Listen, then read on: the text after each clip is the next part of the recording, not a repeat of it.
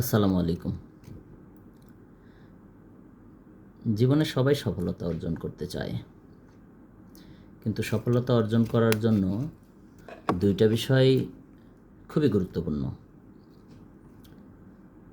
সফলতা এত সোজা না, আমরা বারবার ব্যর্থ হই সফলতা অর্জন করতে গিয়ে। সেটা চাকরি প্রাপ্তির ক্ষেত্রে হোক, ভালো রেজাল্ট করার ক্ষেত্রে হোক, অথবা অন্য কোনো ক্ষেত্রে হোক। দুইটা কাজ করতে হবে। আপনি বারবার ব্যর্থ হচ্ছেন, এই ব্যর্থতার কথাগুলো কোনো ব্যর্থ ব্যক্তির কাছে বলার দরকার নেই। কারণ ব্যর্থ ব্যক্তির কাছে বললে উনি আপনার চেয়ে সুপিরিয়র তিনি ছিলেন, আপনার চেয়ে জ্ঞানী ছিলেন, বিজ্ঞ ছিলেন, মেধাবী ছিলেন, এইটা জাহির করার চেষ্টা করবেন, নিজের দুর্বলতার কথা বলবেন না। উনি সিস্টেমের দোষ দিবেন, দেশের ঘুষ দুর্নীতি এগুলোর দোষ দিবেন। দোষ দিয়ে আপনার মন মানসিকতাকে একেবারে নষ্ট করে দিবেন। ফলে হবে কি, আপনি ব্যর্থতার মহাসমুদ্রে নিমজ্জিত হবেন।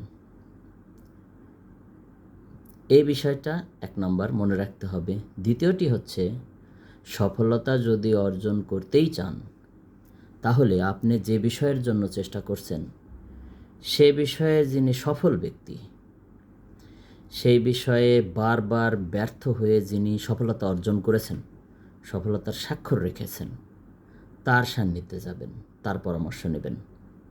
কারণ তার সফলতার পিছনে হাজারো ব্যর্থতার ইতিহাস লুকায়িত আছে।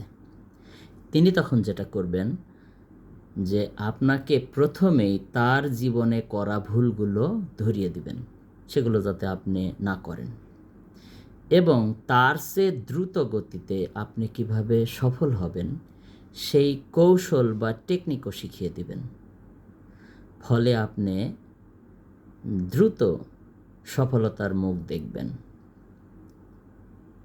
তো আপনারা এই দুইটা জিনিস খুবই খেয়াল রাখবেন যে সফল হতে চাইলে ব্যর্থ ব্যক্তির কাছে আপনার ব্যর্থতার কাহিনী শোনাবেন না।